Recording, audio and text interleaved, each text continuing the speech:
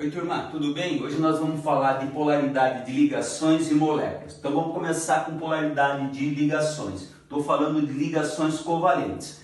Quando a união entre os átomos ocorrer entre átomos iguais, a ligação covalente vai ser apolar. Por quê? Porque os pares de elétrons vão estar distribuídos uniformemente. A eletronegatividade é igual para ambos os átomos, né? Então essa aqui é uma ligação covalente apolar, uma dupla apolar, uma tripla apolar, porque ela está ocorrendo entre átomos iguais.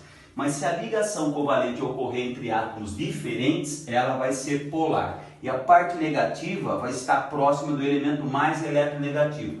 Lembrando que eletronegatividade é a tendência que um átomo tem a atrair os elétrons. Então está aqui uma ligação covalente polar, essa é a parte negativa, porque o cloro ele é mais eletronegativo que o hidrogênio, ele vai puxar mais os elétrons. Na molécula da água, entre hidrogênio e oxigênio, esse aqui é o lado negativo, porque o oxigênio é mais eletronegativo que o hidrogênio. Disulfeto de carbono, que é um solventão que a gente usa muito na orgânica, está aqui a parte negativa, porque o enxofre ele é mais eletronegativo que o carbono. Então a distribuição dos elétrons está mais próxima do enxofre.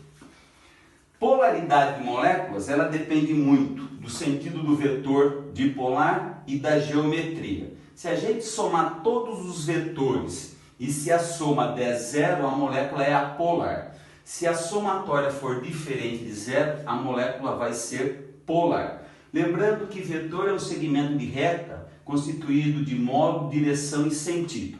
Então tem umas regrinhas básicas, né? Todos os nossos hidrocarbonetos, derivados lá do petróleo, moléculas que só têm na sua constituição carbono e hidrogênio, são consideradas moléculas apolares. Porque carbono e hidrogênio, entre eles a diferença de eletronegatividade é muito pequena.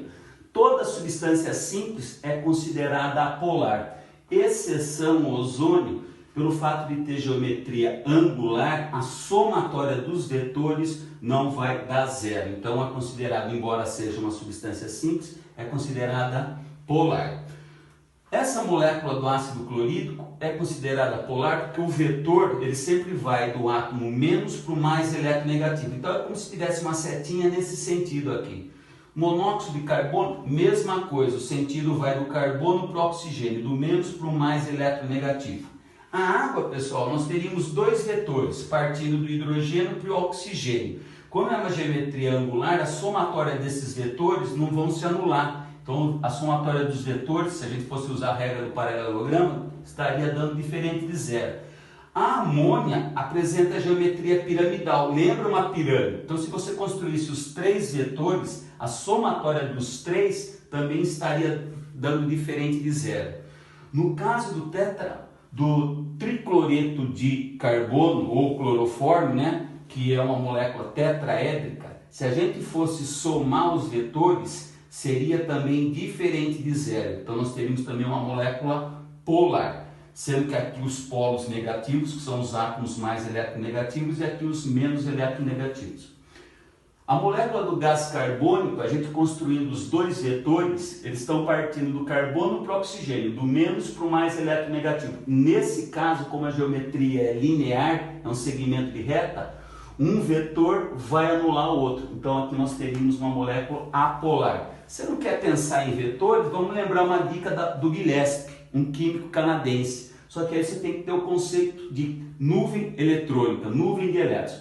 A nuvem de elétrons nessa dica, ela tem que ser considerada uma ligação simples, ou uma dupla, ou uma tripla, ou uma dativa, ou um par de elétrons não ligantes, que não está sendo usado numa ligação, sempre pensando no elemento central. Então a gente podia pensar assim, ó, molécula da água.